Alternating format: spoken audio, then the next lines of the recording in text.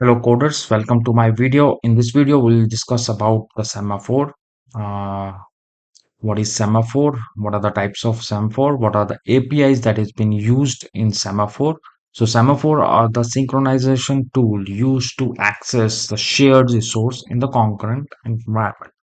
This helps to prevent the race condition. Similarly, as we see in the mutex, there is a lock and unlock condition.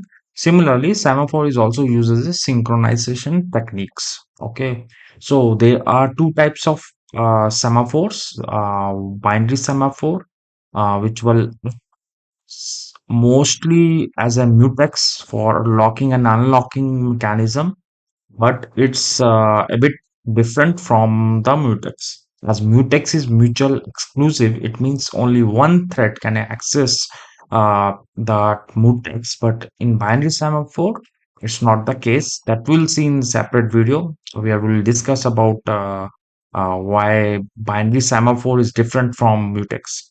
So second one is the counting semaphore, in which the multiple processes or threads can enter a critical section, not like the mutex in which only one thread is accessed. Here we can make this semaphore as a counting semaphore, which will allow multiple threads, for example more than two, three, four, or n number of threads to access that uh, uh, critical section. So we'll see all the APIs related to semaphore, and there are various advantages of semaphore. Similarly, we have in mutex, they prevent the race condition, allow access to the shared resources, and can be used in the signaling. Not as case of mutex, we have lock and unlock only. Here we have signaling mechanism between the threads, which helps in synchronization between the multiple threads. So let's see this code. So similarly, the same code as we discussed in the lot of videos in our thread series. So here I have created threads, and here I am joining the threads. So I have the max threads as three. So three threads are being created and being joined here. So this is a thread function in which I'm passing an argument for the thread depending on the counter here I. So the value of that thread, whatever is entering here, is printing. Okay, so for creating a semaphore as a synchronization technique, because this function is not thread safe, it will occur as a a race condition will happen here. So we'll define a semaphore with sem underscore t. We will have sem lock we'll take here. Okay, so next is we have to, okay, this is not we have to include a header here. So hash include, we have semaphore dot h here. Okay, now next is we initialize this semaphore, that can be initialized to sem underscore init. Okay, so sem underscore init have three arguments. First one is semlock. So we'll have address of semlock here. Okay. Second one is a t-shirt variable, which will tell whether this is a process or a multi-threaded app. So we are using thread, we are using zero here. Then the third parameter, we are using binary semaphore. So we'll take one here for the binary semaphore. Okay. So we'll save it. Now we'll destroy this semaphore at the last. Okay, so sem underscore destroy is here.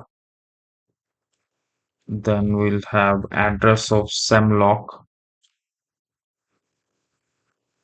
Okay, so okay. Now I'll take a counter here again. So int counter is equal to 0, and I'll increment in the critical section. So counter plus plus is here. Okay, and Now I'll define this critical section. So here I'll take the API. So similarly, as we have in mutex, we have lock and unlock. Here we have sem underscore wait. I will take this address of semlock here. Okay.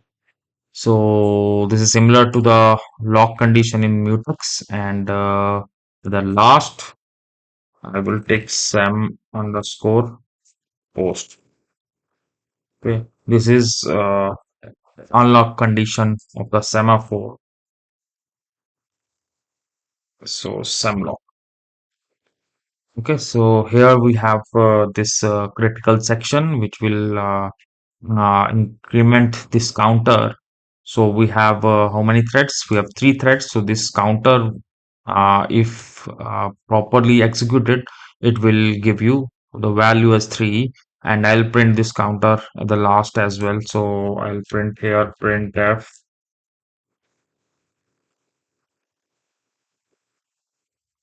print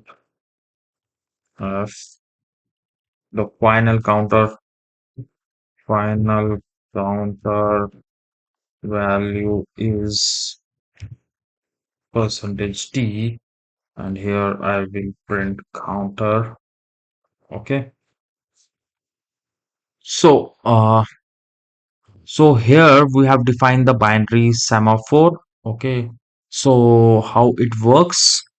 We can define it as a counting semaphore in which we mention a value. For example, depending on the number of threads that is accessing that critical area at one time, we can access. For example, here we have three variables. We can give the name as max threads as well, so that this value is there, so all the three thread can access this critical area, uh, you know one after another, without waiting. Okay, so for now, I'm using the binary semaphore as value one. So what happened here when the first thread, so we have three threads, okay? So the first thread, when enter this area, it will check whether the value is zero or not. If the value is not zero, it will decrement the counter that is mentioned here in some init.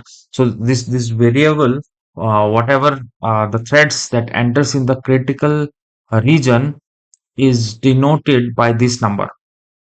Okay. So by default it is one. So when the first thread goes into the sem wait, it will decrement this 1 to 0, and it enters inside. Okay, it will increment the counter, and then it will post. Once it is set into the post, it will increment the counter, so again to 1. It is 0 earlier, right? After the first thread. So it will be 1. Once the first thread goes out of this, the second thread comes in.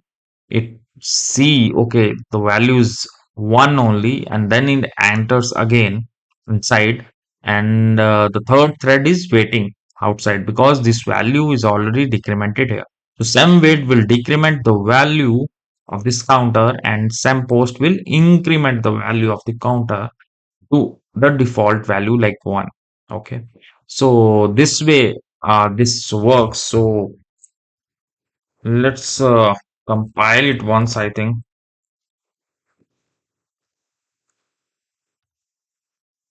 Okay, so we are getting the final counter as 3 only. So first the thread 1 0 goes in, though it is first thread with the counter 0.